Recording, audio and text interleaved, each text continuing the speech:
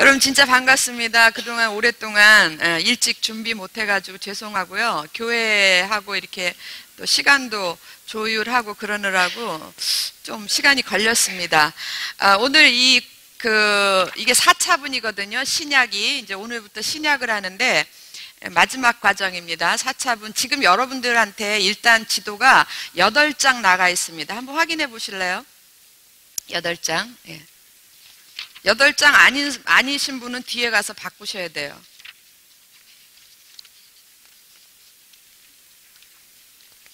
맞습니까? 네. 8장 맞으세요? 네. 그리고 이렇게 8장 이렇게 넘기다 보니까 좀 달라진 것 같지 않아요? 지도가? 뭐가 달라졌죠? 예, 그렇게 눈썰미가 없으시면 큰일입니다. 예? 글씨가 거기 다 들어가 있죠? 우리가 친절하기로 작정을 했습니다. 예. 우리 전도사님께서 2015년에는 내가 무엇으로 우리 성도님들한테 친절을 베풀까 하다가 이렇게 그래서 사실은 이게 하나씩 여기 이렇게 띄어져 가면 여러분이 이제 이렇게 적어야 되는 수고가 있잖아요. 그죠?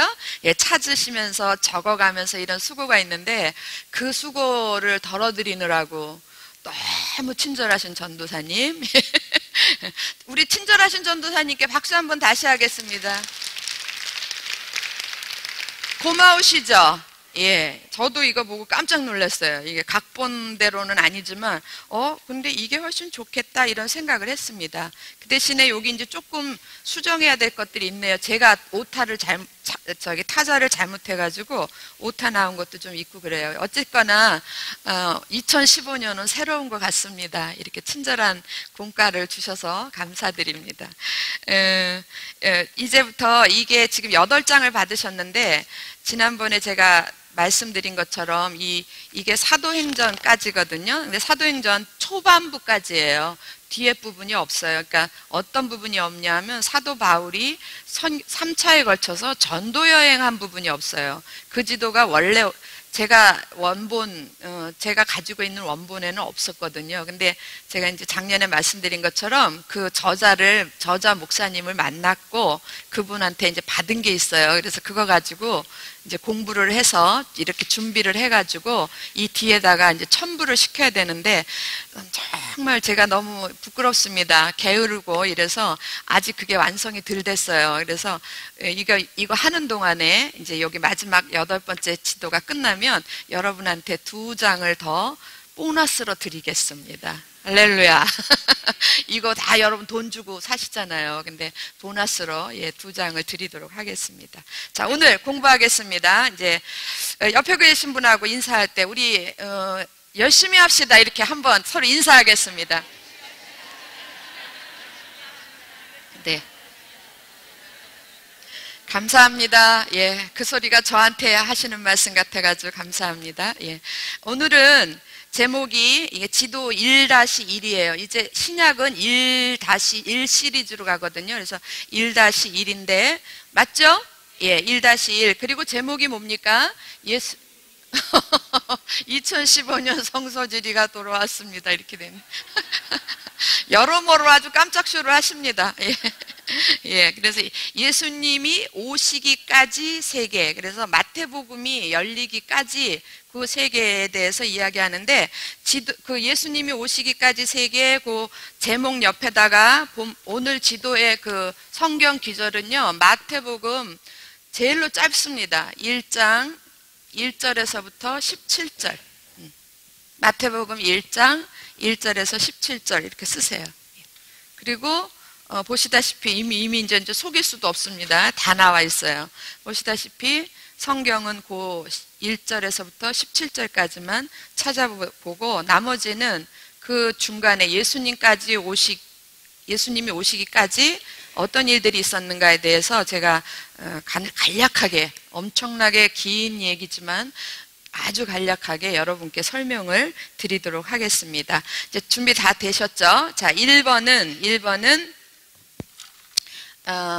이거 이러시면 안 됩니다. 이건 지금 치워주시고, 예, 1번은 요 밑에, 지도 요 밑에 보시면 이 지도는 이 바탕은 여러분 지도보다 지금 자세하게 좀 흐리게 나왔는데 여기 이집트라고 씌어져 있죠. 예, 그 위에 보면 이게 지중해 바다예요. 지금 바다하고 땅의 구분이 잘 안 돼 있는데 이건 바다고 지중해. 그 밑에가 이제 이게 대륙이에요. 대륙인데 거기에 이집트라고 씌어져 있어요. 이집트가 요게 이집트가 아니라 여기서부터 이 밑에가 다 이집트. 성경에는 뭐라고 표현되어 있습니까? 애굽. 예, 그래서 요 이집트 중에 이렇게 빨간 글씨로 돼 있고 제가 이렇게 빨간 사각으로 매겨놓은 게 뭐냐면 알렉산드리아, 예, 이집트의 수도입니다. 이집트 이렇게 알렉산드리아 중심 도시예요. 거기에다가 1번 매기고 지금 써드렸죠. 남쪽 우세라고. 남쪽 우세 마태복음 1장 2절에서 6절 돼 있죠? 너무 좋다. 예, 기다리지 않고 해서. 그래서 여러분은 성경 마태복음을 피시기 바랍니다. 마태복음 다 피셨어요? 네, 그럼 1절은 같이 한번 읽어볼까요? 1절 시작. 아브라함과 다윗의 자손 예수 그리스도의 계보라 그랬어요. 지금 예수님 족보 이야기를 하는데 어디서부터 하냐면 아브라함부터 시작하고 예수님 족보를 설명을 하는데 두 명의 아주 훌륭하신 분 이름이 나옵니다. 한 분은 아브라함이고 한 분은 다윗이에요. 왜 이렇게 두 분의 이름이 거론되냐면 이 마태복음은 대상이 누구를 대상으로 해서 쓰여진 책이냐면 유대인이거든요. 유대인들이 가장 자랑스럽게 여기는 두 분. 누구냐면 아브라함과 다윗이에요. 그래서 아브라함과 다윗의 자손 그리스도의 계보라. 이렇게 생각하면 쉬운 거예요. 이제 저희 성도님들 족보에 뭐 아무개 대통령이 하나 나왔다 그러면 그 뒤로는 쭉 자기네 가문을 얘기할 때 아무개 대통령의 자손들이다 뭐 이렇게 얘기하는 거하고 같은 거예요. 그래서 아브라함과 다윗의 자손 예수 그리스도의 계보라. 그래서 예수 그리스도는 아브라함과 다윗의 자손으로 나왔다 그런 얘기예요. 2절부터 6절까지 2절 제가 읽습니다. 자, 이제 아브라함부터 시작합니다. 아브라함이 누구를 낳고 이삭을 낳고 이삭은 야곱을 낳고 야곱은 유다와 그의 형제들 몇 명입니까? 12명 예, 낳고 그 다음에 그 중에서 장자만 뽑는 거예요. 유다. 예. 실제로 장자는 유다가 아니죠. 르우벤인데 영적 장자를 얘기하는 유다는 3절입니다. 유다는 다말에게서 유다는 누구를 낳고 이랬으면 너무 좋은데 성경은 정직해요. 예, 안 좋은 얘기를 싹 써놓습니다. 다말이 누굽니까? 며느리, 예, 며느리 다말에게서 시아버지와 며느리의 썸입니다. 예, 썸 아시죠? 예, 요즘 어르신들은 이런 말 알아야지 손자, 손녀들하고 대화가 된다니까요. 예, 이런 말. 저기 집사님은 썸 모르시는 것 같아, 얼굴이. 썸 정도는 알으셔야 돼요. 예, 그래서 유다와 다말이 시아버지와 며느리인데 썸이 있었어요. 다말에게서 베레스와 세라를 낳고 베레스는 헤스론을 낳고 여기서부터는 여러분 잘 모르죠? 예, 모르는 사람들 쭉 나옵니다.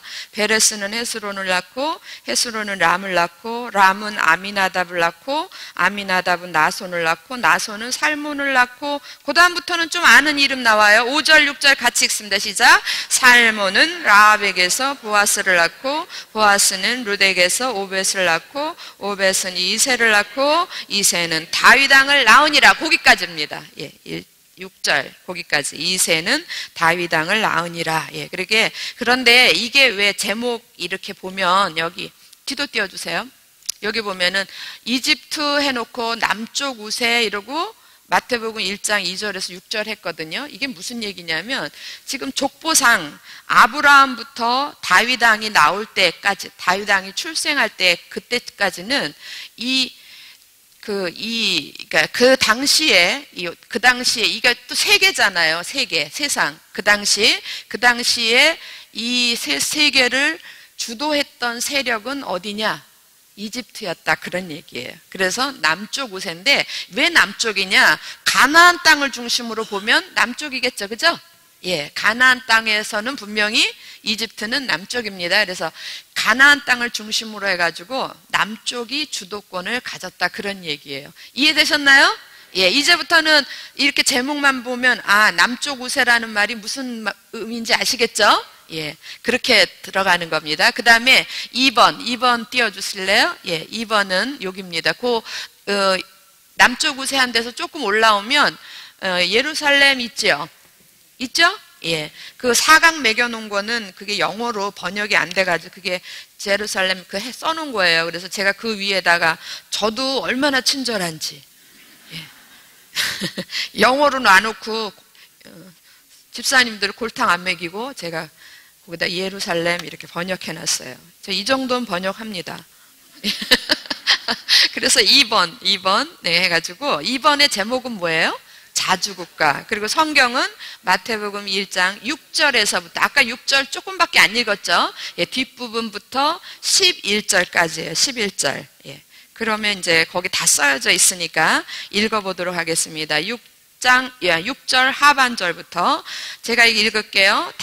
아니 여러분들이 잘하니까요. 잘하는 건 여러분들이 읽으세요. 시작. 다윗은 우리아의 아내에게서 솔로몬을 낳고 솔로몬은 르호보암을 낳고 거기까지만 하세요. 그 다음에부터는 잘 모르죠. 예, 르호보암은 아비야를 낳고 아비야는 아사를 낳고 아사는 여호사밧을 낳고 중간중간에 들어본 이름들이 나옵니다.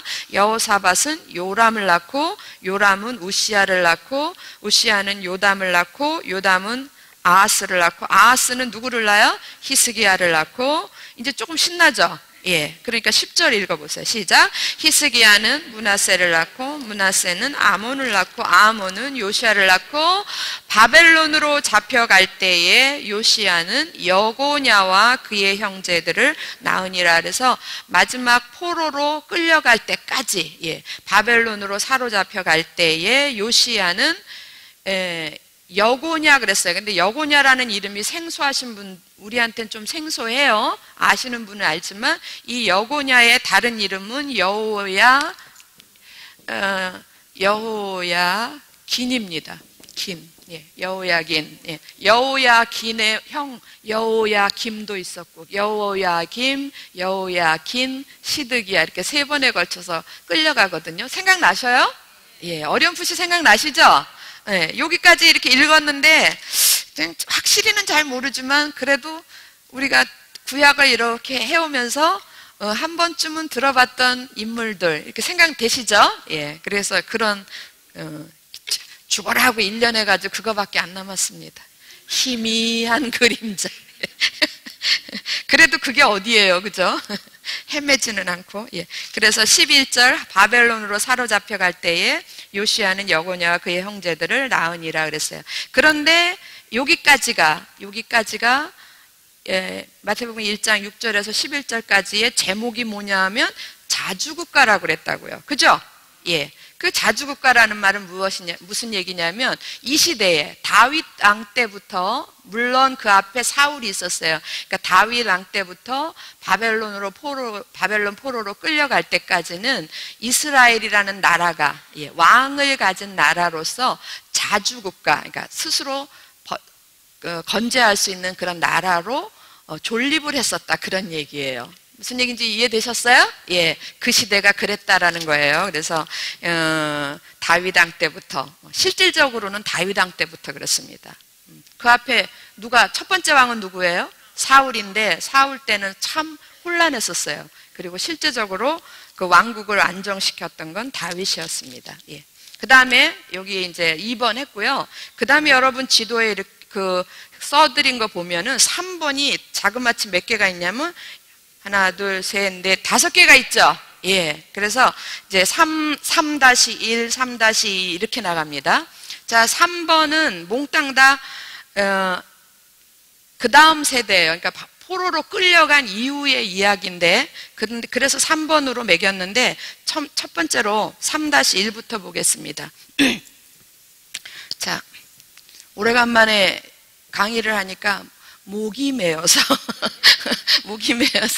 감격해가지고 목이 메어서 예, 여기 아스로 3번 띄워주세요.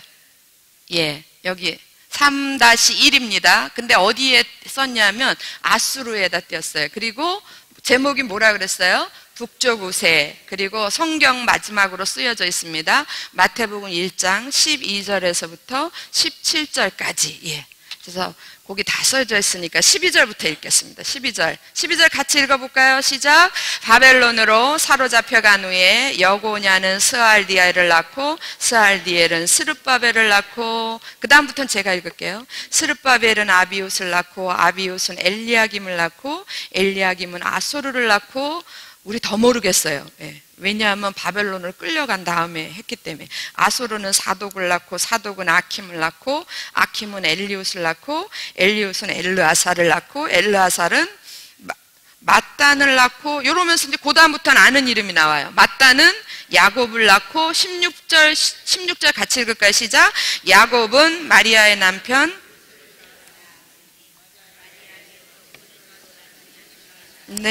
야곱은 마리아의 남편 요셉을 낳았으니 이 야곱은 그 야곱이 아닙니다.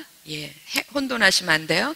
요셉을 낳았으니 마리아에게서 그리스도라 칭하는 예수가 나니라. 그래서 거기까지가 이제 단락인데, 지금까지 1절에서부터 정확히는 2절에서부터 족보를 쭉 내려와서 16절까지의 족보를, 아브라함부터 예수님까지의 족보를 단락으로 요약을 해놓은 게 17절이에요. 17절을 우리 같이 읽겠습니다. 시작. 그런즉 모든 대수가 아브라함부터 다윗까지 14대요 다윗부터 바벨론으로 사로잡혀 갈 때까지 14대요 바벨론으로 사로잡혀 간 후부터 그리스도까지 14대더라. 그래서 이건 다 아시죠? 14라는 숫자를 기점으로 해가지고 14대를 이렇게 딱 잘랐어요. 그런데 이것은 사실 실제적인 족보하고는 약간의 차이가 나요. 나지만 이렇게 좀 이렇게 조정을 한 것 같은 14라는 숫자에 이렇게 맞춰서 해놓은 부분이 사실 있는데 왜 그랬을까? 이제 이거에 대해서 공부하시는 분들, 우리는 그분들을 신학자라 그러는데, 이분들이 이제 머리를 싸매고 평생 공부를 해요. 여러 가지 학설이 있습니다. 그런데 이제 일반적인 학설로는 14라는 숫자, 14대요 했을 때 14라는 숫자는 그러면 어떤 의미가 있는가? 왜 14라고 14대를 14대에 맞췄을까? 그러니까 이제 제일 유력하고 제일 많이 사용되고 제일 많이 인정하는 학설은 뭐냐면, 다윗이라는 이스라엘 백성들이 제일 물론 아브라함도 그들이 자랑스러워하지만 제일 자랑스러워하는 다윗, 또 하나님 앞에 정말 전에도 없었고 후에도 없는 하나님 마음에 합한 자로 칭함받았던 다윗의 다윗의 이름자에 기호가 있어요. 그러니까 히브리어는 우리나라 같으면 기역, 니은, 디귿, 이을 이렇게 있잖아요. 그러면 번호가 있어요. 기역은 1번 숫자가 있다고요. 니은은 3, 디귿은 5 이렇게 예를 들어서, 우리나라는 없지만 예를 들어 그렇게 숫자가 다 매겨져 있어요. 그래서 다윗이라는 히브리어를 쭉 이렇게 써서 이렇게 알파벳 나열해 놓고 숫자를 이렇게 합해 보면 그게 14가 되는 거예요. 여기다가 제가 폼나게 히브리어를 쫙 썼으면 좋겠는데, 제가 분명히 졸업은 한 사람이거든요. 학점도 다 받고 졸업도 했는데 어떻게 된 일인지 히브리어 알파벳을 하나도 기억을 못하는 거예요. 쓰기는커녕 읽지도 못하고 있습니다. 그래서 이렇게 히브리어를 보면 이게 히브리어거나 이 정도만 알고 있지 읽어지지도 않아요. 읽어지지도 않고 저 그런 실정입니다. 왜 그렇게 됐는가 모르겠어요. 이제 조금 있다가는 한글 자음 모음도 다 잊어버리게 생겼어요. 그래서 다윗이라는 이름의 숫자를 합쳐보니까 14더라. 그래서 다윗을 상징적인 존재로 보고 거기에 맞춰서 14대 이렇게 잘라놨다라는, 이게 구분했다라는 그런 학설이 제일 보편적인 학설이고요. 우리들의 구미를 싹 당기게 하는 것이 있어요. 그게 뭐냐면 14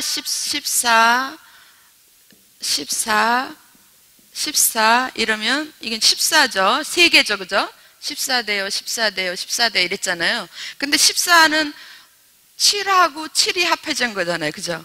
7 더하기 7 이렇게 된 거잖아요. 그죠? 그럼 또 여기도 7 더하기 7, 여기도 7 더하기 7 이렇게 되죠. 그럼 7이 모두 몇 개입니까? 3개 아니지. 14가 3개고요. 어떻게 저를 닮아가시려고 그러면 안 됩니다. 예, 저는 닮지 마시고, 예, 7로 이렇게 하면 7이 몇 개예요? 6개. 예, 이렇게 되죠. 그러면 이게 이제 아브라함 시대부터 예수님 오실 때까지가 이렇게 6개고, 아브라함 시대 전에 3세대가 있었다고 보는 거예요. 이게 7이라는 숫자가 하나님 나라의 완전 숫자거든요. 하나님 나라를 상징하는. 그러니까 이 전의 시대를 7, 7, 7 이렇게 3시대로 구분을 이제 신학자들이 이렇게 해요. 여러분 이게 뭐고 이게 뭐고 이게 뭐고 제가 설명한들 머리에 쥐만 나잖아요. 그죠? 네, 그래서 이게 3개가 있다고 생각을 하면 이게 하나, 둘, 셋, 넷, 다섯, 여섯, 일곱, 여덟, 9개잖아요. 예. 그죠? 9개고, 그 다음에는 이게 이제 예수님 출생이, 예수님 탄생 전이니까. 그리고 나서 지금까지를 하나의 왕국으로 보는 거예요. 그러면 7이 하나님 나라의 그 상징적 숫자니까 7이 하나 더 있는 거죠. 그러니까 지금 우리가 살고 있는 이 시대는 이 시대잖아요. 10번째 시대. 혹시 발가락 10개 시대에 대한 그 환상에 대해서 여러분 들어보셨죠? 그 발가락 한 개가 한 시대를 가리킨다 그랬다고요. 그렇게 해서 이게 3개는 아브라함 전에, 그 다음에 아브라함부터 예수님까지 6개 이렇게 숫자로 풀고, 그 다음에 지금 우리 신약 성도들이 사는 세대는 10번째 시대. 그래서 곧 신약 시대는 마지막 시대. 신약 시대는, 그 말은 맞아요. 신약 시대는 예수님이 오시면서부터 마지막 시대거든요. 그렇게 풀이하는 그런 학자들도 있습니다. 그런데 근데 이런 얘기 들으면 벌써 저도 여러분 얼굴이 초롱초롱해요. 집중력 짱입니다, 지금. 예.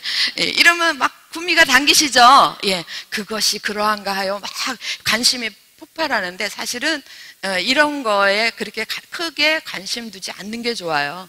왜냐하면 이런 부분들은 그야말로 우리가 추론을 하는 거예요. 우리가 이래저래 공부를 해가지고 계산을 해서 추론을 하는 거고, 정확한 건 누구가 알고 계십니까? 예, 하나님. 얼마 멀지 않으면 집사님들과 성도님들과 저 얼마 멀지 않아서 하나님 앞에 가서 바로 완벽한 정답을 알 수 있어요.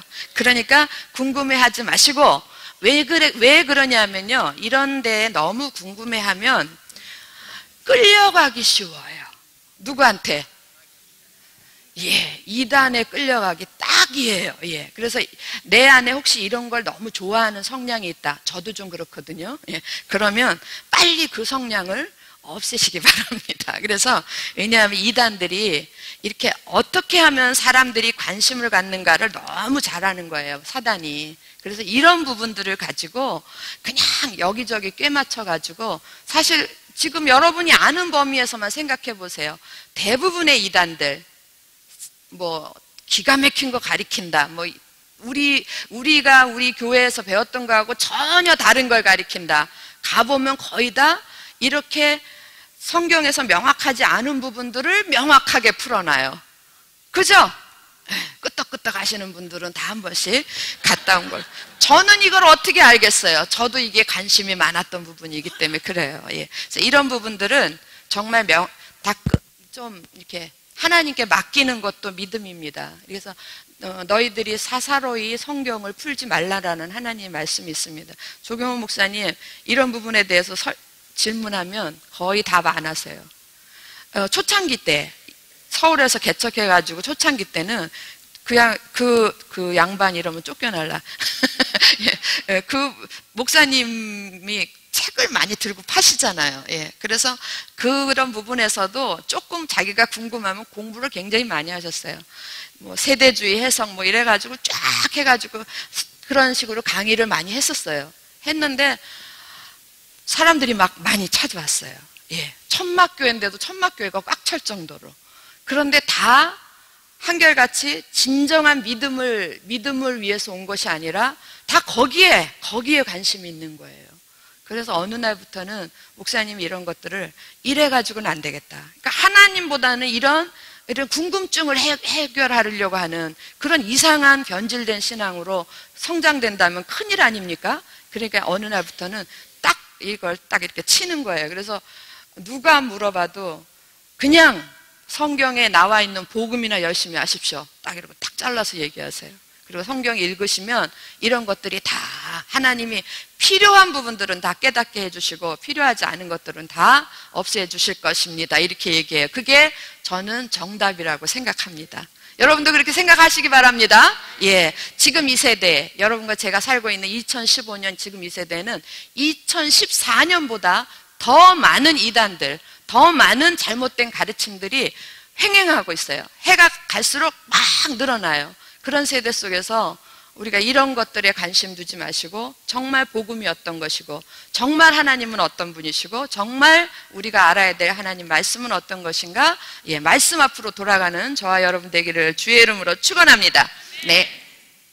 그래서 열네대 구분을 해놨는데, 그렇다면 이런 건 있잖아요. 그러면 괜히 심심해서 14대씩 이렇게 잘라놨을까?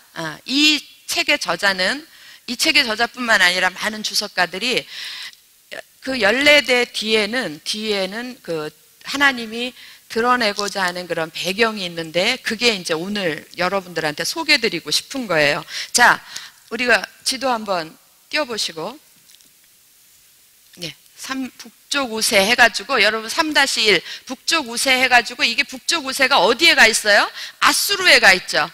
예? 아수르에 가 있죠. 아니 다 써드렸다고 그게 어디에 가 있는가 말았는가 그렇게 하시면 안 되죠. 예, 3-1은 어디에다 쓰는 거예요? 아수르는 이스라엘하고 아수르는 어떤 관계죠? 원수 관계. 맞습니다. 왜?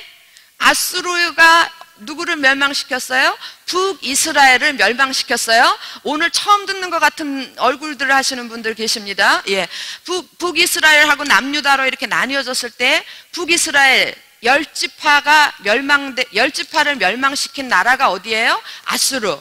예, 그럼 나머지 2지파 아직 남아있죠? 남유다? 예, 그러면 그게 3-2예요. 3-2. 3-2는 여기 보면 바벨론 찾으셨어요? 예, 여기서 못 찾네요. 저기서. 띄우세요. 바벨론. 3-2. 예. 그래서 바벨론이고요. 여러분, 바벨론의 그 밑에 빨갛게 친 데는 바벨론의 중심 도시가 또 바벨론이에요. 그래서 3-2. 여전히 북쪽 우세입니다. 그런데 아수르가 먼저겠어요? 바벨론이 먼저겠어요? 아수르가 먼저죠. 그래서 아수르가 3-1이고 바벨론은 3-2예요. 그래서 이 바벨론에 의해서 누가 멸망을 합니까? 남유다, 나머지 2개 지파도 멸망을 해요. 그리고 멸망을 해서 다 포로로 끌려갑니다. 그리고 바벨론 뒤에 나오는 나라가 어디냐면 3-3. 요 위에 바로 바벨론 위에 보면은 3-3. 여전히 제목은 북쪽 우세지만 나라는 바뀌었죠. 뭡니까? 바사. 성경에는 바사라 그러고 세계사에서는 일반 세계사에서는 페르시아. 예, 그래서 바사가 3-3입니다. 여전히 가나안 땅을 중심으로 했을 땐 다 머리 꼭대기에 있는 거예요. 북쪽에. 그래서 북쪽 우세 이렇게 나왔는데, 여러분 이 바사 시대 때는 이스라엘이 어떤 시대였어요? 포로로 끌려가 있는 시대예요. 그래서 아시겠죠? 예, 메데파사라고요. 그래서 포로로 지금 끌려가 있습니다. 이스라엘은 다 멸망을 해서 다 끌려가서 어디에 가 있냐면 아수르에도 끌려가고 바벨론에도 끌려가고, 그 아수르가 무너지고 바벨론이 또 무너지고 그 다음에 일어난 나라가 바사거든요. 그래서 바사 왕국 내에 다 포로로 있는 상황이에요. 여기까지 이해되셨어요? 예. 우리가 여기까지 배운 거예요. 구약의 역사로. 열왕기, 상하, 에스라, 느헤미야, 에스더까지 해가지고 여기까지 배운 겁니다. 그리고 그 다음에 3-4, 3-5가 남아있는데, 이 메데파사 이후에 이제 이렇게 하면 여러분이 머리가 아프시니까 제가 이렇게 써보겠습니다. 아수르가 멸망하고 그 다음에 바벨론이 또 일어났다 멸망하고 그 다음에가 바사. 예. 그리고 지금 설명된 대로 아수르 때는 북이스라엘이 멸망했죠. 예. 이거는 바벨론 때는 남유다가 멸망했어요. 됐죠? 예. 그리고 지금 바사 시대 때는 예, 포로로 있는 시대예요. 예. 포로로 있고 그다음에 동시에 어떤 일이 벌어집니까? 귀환하는 예. 포로로 갔다가 귀환하는 일들이 이 시대에 이뤄지는 거예요. 그리고 여러분 여기까지 하고 구약 성경은 문을 닫아버립니다. 구약 성경은 문을 닫았다라는 거는 더 이상 언제까지 문을 닫냐면 언제까지 문을 닫을 것 같아요? 몇 시까지?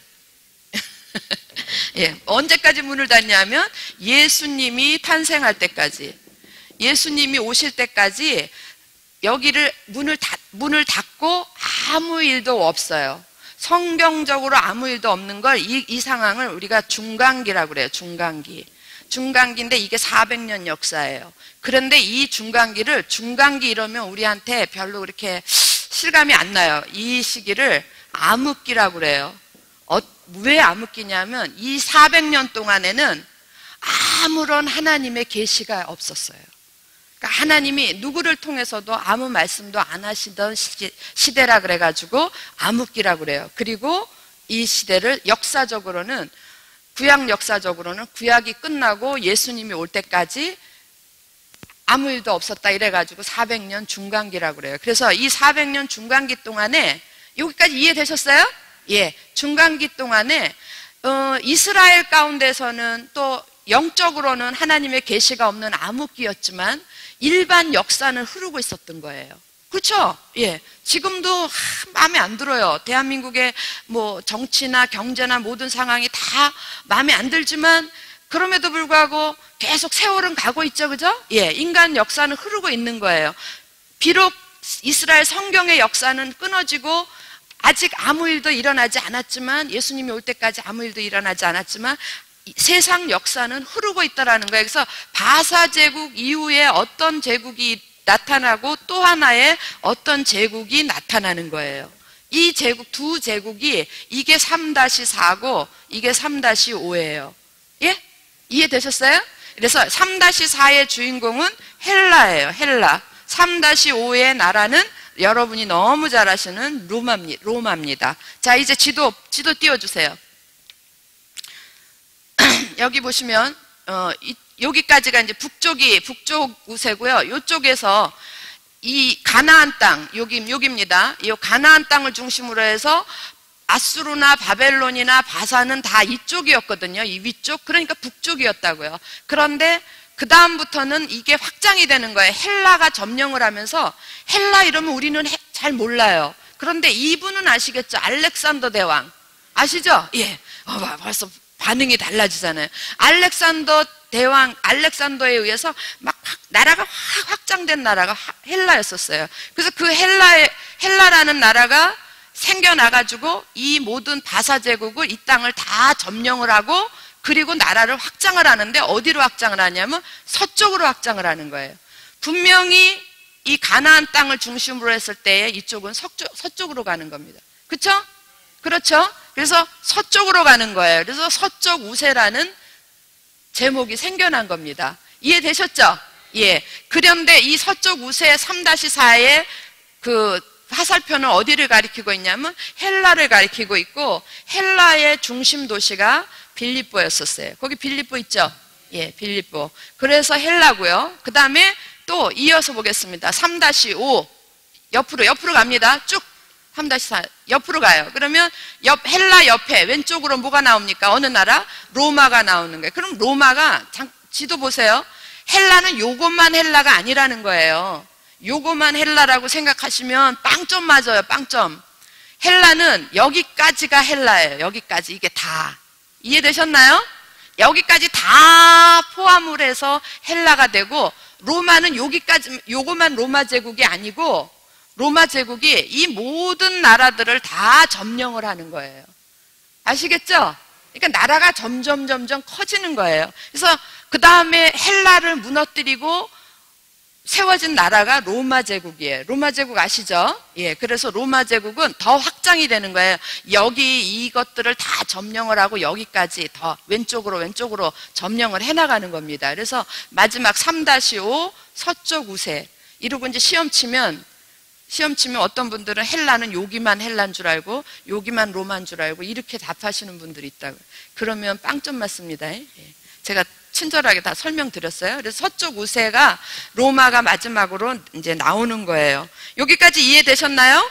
네. 그런데 이 헬라 그리고 나서 예수님이 출생을 하는데 이 로마 시대 때에 뭐 자세한 로마 제국의 역사를 다 얘기 드릴 수 없고 이때 로마 시대 때에 특별히 어느 왕 때에 헤롯 왕 때 성경에 이제 마태복음 2장 1절인가 한번 보세요. 2장 1절. 2장 1절 찾으셨나요? 마태복음 2장 1절 같이 읽겠습니다. 시작. 헤롯 왕 때에 예수께서 유대 베들레헴에서 나심에 동방으로부터 박사들이 예루살렘에 이르러 말하되 그랬어요. 우리는 지금까지 예수께서 유대 베들레헴에서 나신 거, 그 다음에 동방에서 박사들이 온 거 이거에만 봤는데 그때가 어느 때냐면 헤롯 왕 때라는 거예요. 헤롯 왕은 로마 제국의 그 분봉 이걸 뭐라 그러지? 섭정왕? 예, 그런 거였어요. 그러니까 이 가나안 땅을 다스리게 하는 로마 제국에서 파견한 왕이에요. 근데 그 사람이 헤롯이고 이 헤롯은 정말 유명한 사람 아닙니까? 근데 왜 그렇게 유명하냐면요. 헤롯은 그러니까 워낙은 이스라엘 백성들 중에서 누구를 뽑아가지고 이스라엘을 그 가나안 땅을 다스리게 했었어야 되는데 그렇지 않고 이스라엘 백성 중에서 안 뽑고 헤롯은 에돔 출신이에요. 여러분 에돔 아시죠? 에돔이라는 나라. 그러니까 에서의 후예. 예, 에돔 출신이에요. 그래서 에돔 출신이 이스라엘을 다스리게 된 거예요. 그러니까 여러분들이 우리 한번 생각해 보세요. 우리나라의 대통령이 일본계다. 일본계가 됐다.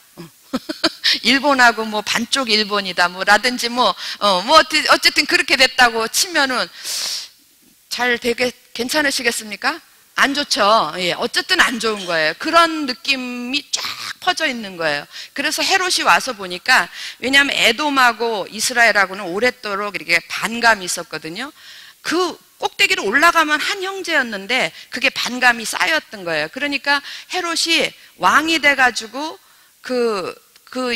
이스라엘 유대인들의 마음을 다 사로잡기 위해서 할 수밖에 없었던 정책이 있고 그게 뭐냐면 종교로 그 마음을 달래는 거예요. 그래서 세워진 게 뭐냐면 헤롯 성전이에요. 헤롯 성전이 굉장히 웅대하게 지어졌거든요. 그래서 유대인들의 마음을 출신 자체가 에돔 출신이기 때문에 유대인들의 마음을 사기 위해서 한심을 사기 위해서 그래서 만드는 게 헤롯 성전입니다. 그런데 그럼에도 불구하고 성전은 그렇게 해서 만들었는데도 불구하고 이 헤롯 마음속에 늘 뭘 두려워하는 마음이 있어요? 유대인들을 바라보면서 저 사람이 눈빛만 이상해도 저 사람 날 싫어하는가 봐. 저 사람 나를 몰아내려는가 봐. 늘 이런 마음, 불안함이 있었던 거예요. 그래서 그 불안함 때문에 헤롯처럼 또 유대인들을 잔인하게 학살하고 학대한 그런 왕이 없었어요. 그 왜 그러냐면 그 마음에 그런 게 저 사람이 이 유대 민족들이 언젠가는 나를 쫓아내지 않을까. 뭐 그런 두려움이 있었고 불안감 때문에 그렇게 잔인하게 유대의 백성들을 막 구박하고 핍박하고 그랬어요. 대표적인 사건 여러분 아시는 대로 얘기해 보세요. 그렇죠. 예. 남아들을 다 죽이고 이런 것들 아주 잔인하게 했던 것들. 그 나중에는 이 헤롯이 정신이 이상해가지고 자기 아내도 죽이고 자식도 죽이고 그래요. 예, 그런 사람이었었어요. 그때에 바로 그러던 시대에 누가 태어나냐 하면 예수님이 태어나는 거예요. 그래서 예수님이 태어나면서 비로소 우리는 예수님이 태어나신 이후부터 우리는 무슨 시대라고 그러냐면 신약 시대라고 그래요. 신약. 뉴 테스트먼트 해가지고 신약 시대라고 그러고 여기까지 메데파사 요 시대까지를 우리는 구약 시대라고 그래요. 이건 아시죠? 예. 그리고 신약 시대와 구약 시대에 가운데 비어있는 세대를 우리가 중간기 또는 암흑기라고 얘기를 하는데, 이 제가 얘기했잖아요. 이스라엘 역사적으로는, 성경적으로는 아무 일도 일어나지 않았지만, 그러나 인간 역사 속에서는 이런 일들이 벌어지고 있었던 거예요. 헬라가 생겨났다가 무너지고 로마가 생겨나서 엄청나게 전 세계를 장악하는 일들이 벌어졌는데, 여러분 정말 제가 이제 여기까지 장황하게 이야기한 거는 사실은 이걸 얘기 드리고 싶어서 그래요. 하나님께서는 그렇게 지독하게도 말을 안 들으니까, 오죽하면 멸망을 시켰겠어요. 오죽하면 북이스라엘은 멸망을 시키고 남유다는 포로로 끌려가게 했다가 다시 데리고 왔다가 디아스포라 흩어지게 했다가 그랬겠어요. 얼마나 말을 안 들었으면. 그럼에도 불구하고 하나님은 그 백성들을 사랑하셔가지고 누구를 준비하고 있냐면 예수님을 준비하고, 예수님이 이 땅에 오신 이유는 뭐예요? 자 봐라, 내 아들 이렇게 생겼다, 짠! 이로 구경시켜 주려고요? 아니요. 예수님을 이 땅에 보내신 가장 큰 이유는 우리 모두를 구원하시기 위해서, 구원하시기 위해서 하나님께서 준비를 하시는데, 무엇으로 구원을 받습니까, 여러분? 오직 우리 쪽에서 보면 오직 믿음이고요. 그 하나님의 그 놀라운 은혜와 예수 그리스도의 그 놀라운 사랑과 은혜로 우리가 구원을 받는데, 우리는 그거를 갖다가 뭐라 그러냐면 복음이라고 그래요. 복음은 우리가 복복자 이러는데, 중국의 그 복복자의 근원을 따져가 보면요, 하늘에서 주신 복이라 그런 의미가 있어요. 이 중국 사람들, 하나님도 모르는 사람들도 옛날에는 다 알았던가 봐요. 그래서 그 복복자의 근원이 하늘에서부터 내려오는 복, 하늘에서부터 내려오는 축복, 그 축복의 메시지가 복음인 거예요. 이 복음을 준비하는데, 여러분 이 복음을, 그러니까 예수님 자체가 복음이에요. 물론 하나님께서 구원하기 위해서 에베소서에 보면 모든 인류를 구원하시기 위해서 하나님께서 계획을 하셨어요. 구원 계획을 하신 분은 하나님이지만 그 일을 실제 이루신 분은 누구십니까? 예수 그리스도. 예수께서 우리의 대속제물이 되시고 예수께서 우리의 화목제물이 되셨기 때문에 저와 여러분은 오늘 하나님의 자녀가 되었고 구원받으신 걸 믿으시기 바랍니다. 그런 복음의 역사를 하고 계시는데, 그 중간 사이에 아무 말씀도 안 하시고 계셨던 거예요. 그러나 하나님께서 인간 역사를 흐르게 하시면서 놀랍게도 헬라 때에, 이게 다 의미가 없는 게 아니고 엄청난 의미가 있는 겁니다. 헬라 때에는 하나님께서 헬라 제국 때는 무슨 일을 행하셨냐면, 이 복음이 이 땅에 있는 모든 사람들에게 다 알려질 수 있도록 언어의 통일을 시켜서, 할렐루야. 헬라 문명 이러면 아시죠? 그 글 공부 꽤나 하신 분들, 학교를, 왜 공부 얘기만 나면 우리 아들이 생각날까? 우리 아들이 공부를 그렇게 안 해요. 엄마 공부만 생각하면 머리가 쥐가 나요. 쥐나? 안 돼. 머리에 쥐 나면 죽어. 안 돼. 공부하지 마. 제가 그랬어요. 정말 우리가 학교에서 다 배웠지만 헬라 이러면 곧 문명이야. 문명이 꽃피었던 시대가 헬라예요. 근데 그 문명의 핵심이 뭐냐면 언어예요. 언어. 그래서 그 언어가, 헬라가 지배하는 모든 나라에는 언어가 다 통일이 되는 거예요. 그러면서 뭐라고요? 언어 통일. 그리고 여러분 이 시대에 이 언어의 통일, 언어의 그 발달로 인해 가지고 이 시대에 행해진 놀라운 일들이 있었는데, 구약 때까지 하나님이 주신 말씀은 다 무슨 글자로 쓰여졌을까요? 히브리어. 히브리어는 너무 어려워요. 보통 사람들이 배우기가 너무 어려워. 그거는 히브리어, 우리는 이렇게 바벨론 이렇게 쓰잖아요. 히브리어는 바벨론 이렇게 씁니다. 여기서부터 이렇게 써가고요. 쓰는 것도 다르고, 하여튼 그건 글이 아니에요. 하여튼 이상해요. 문법도 이상하고 너무 배우기에 쉽지가 않아. 근데 헬라어는 쉬워요. 헬라어는 우리처럼 이렇게 영어 쓰듯이, 그러니까 헬라어에서 영어로 이렇게 번역이 됐잖아요. 그런데 이때에 놀랍게 히브리어 성경이 다 헬라어로 번역이 되는 거예요. 아까 목사님도 설교 때 얘기했지만 70인역 그런 거 있었죠. 그게 모두가 다 이 시대 때 번역이 되는 겁니다. 그래서 이 시대 때 사람들은 비로소 구약의 이 이스라엘 백성들만 알고 있었던 그 하나님의 말씀을 모든 사람들이 다 읽을 수 있게 된 거예요. 이런 일을 누가 하셨다고요? 그냥 세상이 했어요. 그런데 우리는 그걸 세상이 했다고 하지 않고 하나님이 이런 작업을 다 하신 거예요. 그리고 난 다음에 아까 지도에서 본 것처럼 헬라가 무너지고 어느 나라가 씁니까? 로마가 쓰는데 로마 시대 때는 영토가 엄청나게 확장이 되는 거예요. 영토가 더 넓게 막 전 유럽까지 다 확장이 되는데 이 로마 시대 때 오죽하면 이런 말이 있습니다. 모든 길은 어디로 통한다? 로마로 통한다. 그래가지고 지리적 환경을 만드는 거예요. 무슨 말? 지리적 발달. 지리적 환경 그것을 쫙 만들어요. 그래서 한번 이제 껴 맞춰 봅시다. 껴 맞춰 봐요. 여기 사람들이 쉽게 접하지 못했던 하나님의 말씀이 모든 사람들이 쉽게 접할 수 있는 그런 언어로 다 번역이 됐어요. 그리고 어디든지 갈 수 있게. 지금 우리가 실감하지 않습니까? 옛날에는 저기 시골 친정 가려면 맨날 몇 시간을 가잖아요. 하루 종일 가잖아요. 갈아타고 또 갈아타고 이러고 갔는데 지금은요, 전국이, 대한민국 남한 전국이 2시간권 안에 다 들어왔어요. 뻑하면, 2시간은 좀 너무 심하나? 대전에서 보면 다 2시간인 것 같아. 제가 예전에 통영에서 근무를 했는데, 통영에서 서울을 집에 가려면요, 그냥 진짜 밤을 새고 가요. 밤을 새고 그렇게 가야 됐어요. 근데 지금은 몇 시간 4시간 걸린대나 4시간 반 걸린대나 그런 시대가 됐어요. 이게 로마가 한 일이에요. 우리나라에도 로마 제국이 왔다 갔나 봐요. 그래서 길이 그렇게 발달을 했어요. 그래서 지리적 환경, 이 하나님 말씀이 어디든지 들어갈 수 있게 이렇게 다 길이 닦여져 있는 거예요. 요쯤 되면 이제 감 잡으셔야지. 요쯤 되면 꽃감도 많이 드시고. 감이 오십니까? 무슨 감이 오세요?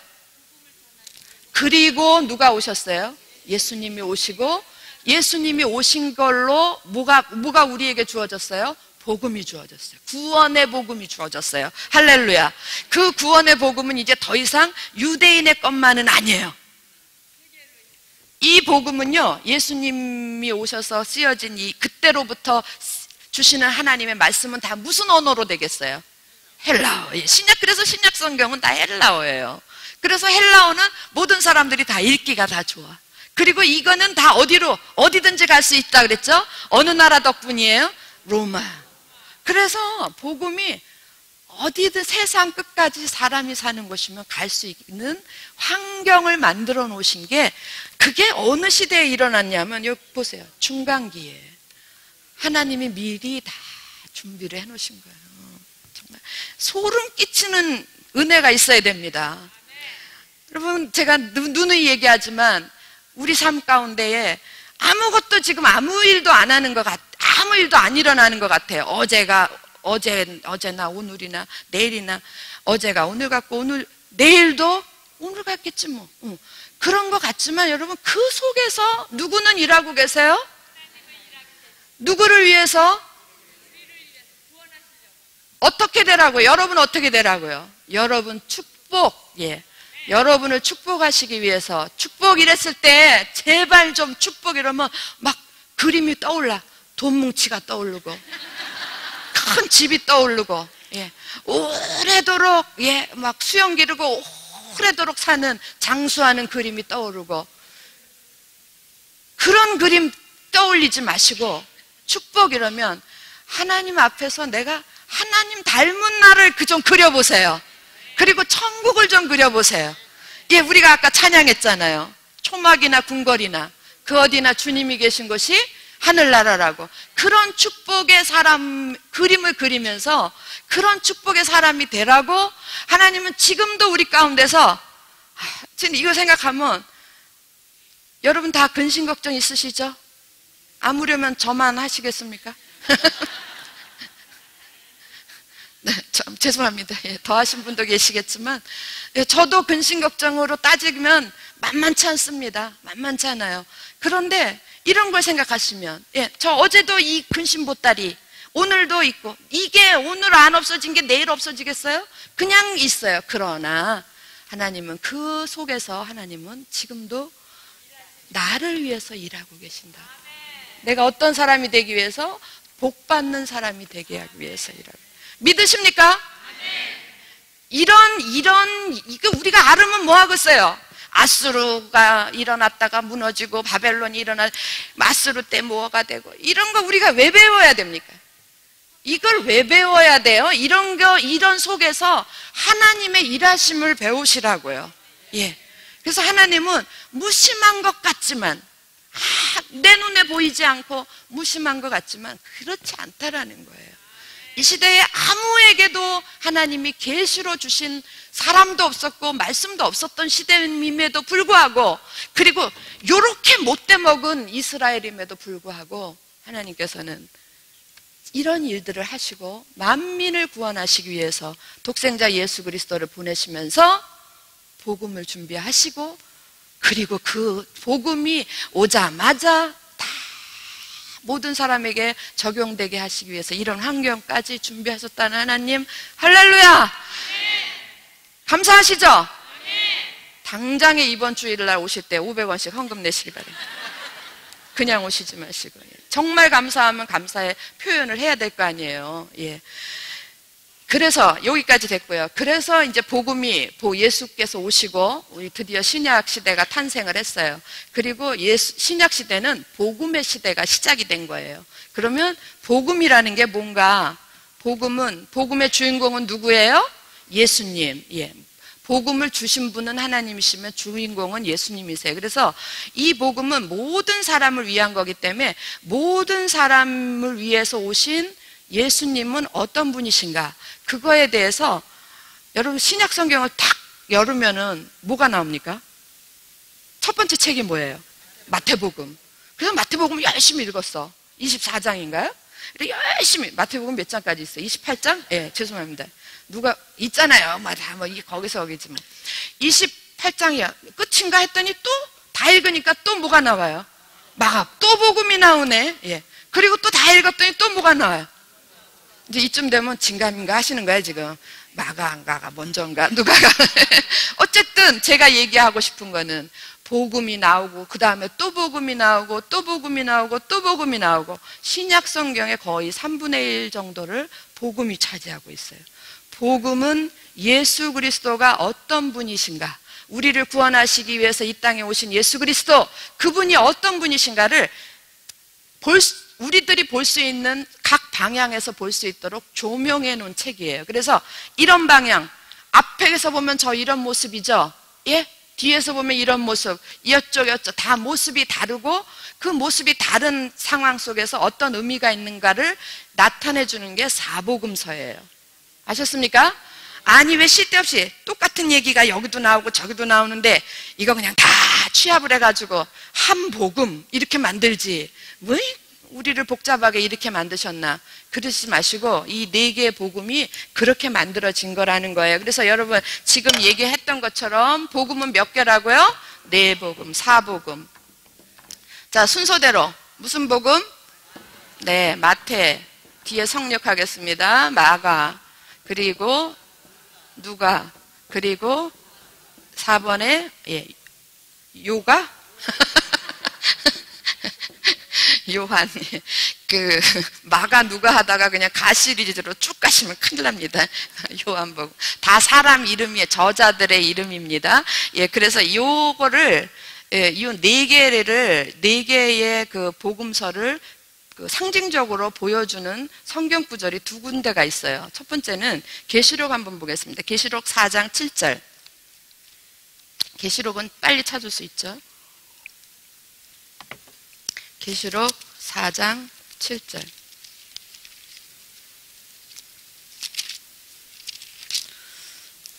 찾으셨나요? 예. 거기다 이렇게 좀 표시도 해 놓아 보세요. 6절부터 제가 읽겠습니다. 6절. 보좌 앞에 어떤 4장 1절 제가 읽을게요. 이 일 후에 내가 보니 하늘에 열린 문이 있는데 내가 들은 바 처음에 내게 말하던 나팔 소리 같은 그 음성이 이르되 이리로 올라오라. 이후에 마땅히 일어날 일들을 내가 내게 보이리라 하시더라. 그래서 이제 보는 거예요. 이게 환상을 보는 건데 6절 보좌 앞에 수정과 같은 유리바다가 있고 보좌 가운데와 보좌 주위에 몇 생물이 있어요? 4생물이 있는데 앞뒤에 눈들이 가득하더라. 7절 같이 읽습니다. 시작. 그 첫째 생물은 사자 같고 둘째 생물은 송아지 같고 그 셋째 생물은 얼굴이 사람 같고 그 넷째 생물은 날아가는 뭐 같아요? 독수리 같아요. 그래서 이 사복음에 이것이 다 하나씩 상징적으로 들어갑니다. 첫째 생물은 뭐 같아요? 사자 같고, 네. 그 다음에 둘째 생물은 송아지 같고, 셋째 생물은 사람 같고, 그 다음에 넷째 생물은 독수리 같더라. 그래서 여기다가 복음을 붙여보세요. 사자 복음, 송아지 복음, 인자 복음, 사람 복음 이름 이상. 예. 볶음 이러지 마세요. 사자 볶음 골치 아픕니다. 송아지 볶음, 사람 이름이 이상하니까 인자라 그래. 인자 복음. 인자복음, 그 다음에 독수리복음. 이게 마태복음의 별명이에요. 마태복음은 사자복음, 마가복음은 송아지복음, 누가복음은 인자복음, 요한복음은 독수리복음. 이게 별명인데 그 다음에 이걸 외워서 뭐 하겠어요? 그 다음에 의미가 더 중요한 거지. 사자의 의미, 송아지, 인자, 독수리. 사자 이름은 무슨 생각이 나십니까? 네네네네. 예, 왕이죠, 왕. 그래서 사자는 왕. 왕으로 오신 예수님. 왕이신 예수님 그분이 이 땅에 또한 왕으로 오신 분이십니다. 믿으십니까? 예. 그 다음에 그런데 송아지는 뭐죠? 소. 그렇죠. 예. 소는 평생 섬기다가 섬기려고 태어난 존재예요. 그래서 종으로 오신 예수님. 그 다음에 인자, 사람으로 오신 예수님. 독수리는 하늘, 요 중에서 다 땅에 있는데 독수리만 하늘을 나르죠. 그죠? 하늘의 왕이에요. 그래서 독수리는 신이신 하나님, 하나님이신 예수님, 사람으로 오신 예수님, 그 다음에 하나님이신 예수님. 이게 그렇게 이 4개의 생물이 그런 의미가 있다라는 거예요. 왕, 종, 사람, 하나님. 이렇게 4개. 그래서 이 4개 예수 그리스도를 조명하는데 4개의 모습이 다 있는 거예요. 진짜 왕이시고 만왕의 왕, 만주의 주이시고 그러나 동시에 이 땅에 오셔서 만왕의 왕으로 오신 예수님. 그런데 오셔가지고 실제로 살았던 건 어떻게 사셨어요? 죽도록 섬기다가 나 같은 사람을 위해서 섬기다가 이 땅에 오셨다가 섬기다 가신 분이에요. 죽는 것도 섬긴 거니까. 그러시고. 그 다음에 분명히 우리랑 똑같은 모습으로 오셨죠. 예, 사람으로 오셨는데, 그러나 분명히 그분은 어떠신 분이에요? 하나님이세요. 예, 하나님의 아들, 곧 하나님, 성자 하나님으로 오신 분이에요. 예수 그리스도의 정체십니다. 아셨습니까? 예. 그래서 우리가 이 마태복음은 왕이신 예수님에 대해서 조명을 해요. 그러니까 조금 달라요. 그러니까 조명 이러면 뭐라 그럴까? 강조하는 부분이 좀 다르다라는 거예요. 왕이신 예수님을 강조하고, 마가복음에서는 예수님이 가는 데마다 섬기시는 일에, 그리고 섬김에 대한 말씀이 굉장히 많아요. 종으로서의 그 모습을 이렇게 강조하시고 조명하고, 그다음 누가복음은 예수께서도 사람이셨다라는 그런 사람이신 우리와 같은 그런 모습의 그런 것들을 많이 이렇게 기록이 돼 있어요. 그리고 우리의 마음도 잘 이해하고 우리와 비슷하고 뭐 이런 성정도 비슷하고 이런 것들을 기록을 해놓고, 그래서 누가복음에만 어떤 일들이 있냐면 어머니 뱃속에서부터 잉태한 얘기부터 쭉 나오는 거예요. 우리들과 하고의 비슷한 것들을 같다라는 걸 이야기하기 위해서. 그 다음에 요한복음에는요, 뚝 잘라 먹어요. 예수님의 그 인간으로서 출생하고 이런 얘기는 전혀 없어요. 없죠? 오히려 뒷부분에 있어요. 예수께서 부활하시고 그러니까 마지막 공생의 3년인데 마지막 세 번째 3년째 얘기가 주된 기록이고요. 그 다음에 오히려 부활하시고 난 이후에 그때 사역이 기록된 건 요한복음밖에 없어요. 요한복음에서 더 자세하게 되어 있어요. 그래서 여러분 너무 잘 아는 요한의 아들 시몬아, 네가 나를 사랑하느냐? 이거 어디에 있어요? 다른 데는 없어요. 요한복음에 있다고요. 그러니까 부활하셔서 부활체로 계신다라는 건 우리로서는 상상할 수 없는 거죠. 예, 이건 하나님만이 하실 수 있는 영역이에요. 그래서 예수께서 하나님이시다라는 그런 부분을 강조하고 조명했던 게 요한복음입니다. 이해되십니까? 그래서 예수님을 비슷한 사건들이 많지만 그러나 이렇게 전반적으로 보면 강조하는 게 틀리다라는 거예요. 그리고 이제 이거는 이제 지금부터 이렇게 흘려 들으세요. 마태복음은 유대인을 상대로 한 거예요. 주 대상자가 유대인이야. 대상자가 대응교회 식구들이에요. 그런데 마가복음은 이 대응교회 식구였다가 저 나가 계신 분들, 흩어져 있는 분들, 그분들을 상대로, 그러니까 이방인 중에 흩어져 있는 성도들, 이방에 그 사람들을 대상으로. 그 다음에 누가복음은 아주 생짜배기 이방인들로서 하나님께 돌아온 사람들을 대상으로 하고요. 요한복음은요, 이 모든 이들을 다 포함해서 쓰여진 책이에요. 그러니까 결국은 뭐예요? 이 네 개를 다 합치면 모든 사람을 위하여 쓰여진 게 복음서다라는 얘기예요. 여기까지 정리되셨어요? 네. 그러면 우리가 이거 알아서 뭐 하게요? 저는 맨날 이런 게 성도님들이 이거 오늘 가면 다 잊어버려. 다 잊어버리고 사실 뭐 우리가 이거 뭐 시험 쳐서 시험 뭐 쳐야 될 일이 있으면 공부를 하지만 그럴 일도 아니잖아요. 그죠? 예. 그러면 우리가 이걸 왜 지금 한 10분 정도 해가지고 이걸 했는데 이걸 왜 알아야 되느냐? 여러분, 예수께서는 분명히 이거 2개씩 한번 묶어보실래요? 예수께서는 분명히 왕이심에도 불구하고 이 땅에 뭘로 오셨습니까?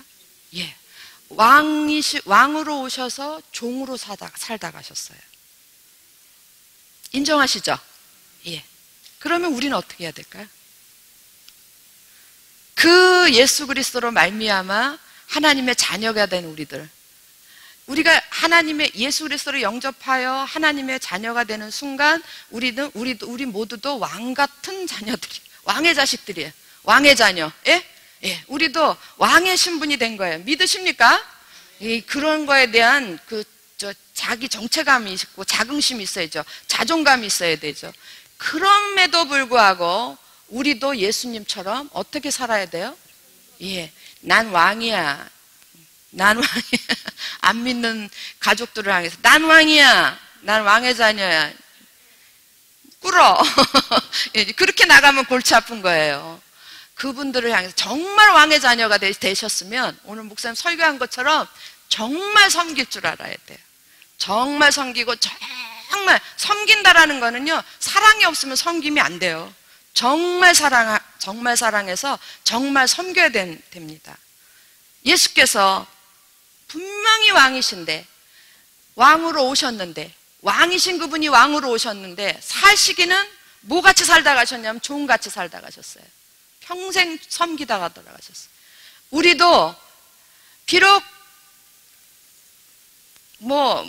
우리 목사님 얘기한 거 학력, 가진 거, 생긴 거 생기고 잘생기고 못생기고 이런 모든 것들이 환경이 다 다르고 다 다르지만 예수 그리스도를 영접하는 순간 우린 다 똑같아요. 뭘로 다시 태어납니까? 왕의 자녀로 다 다시 태어나는 거예요.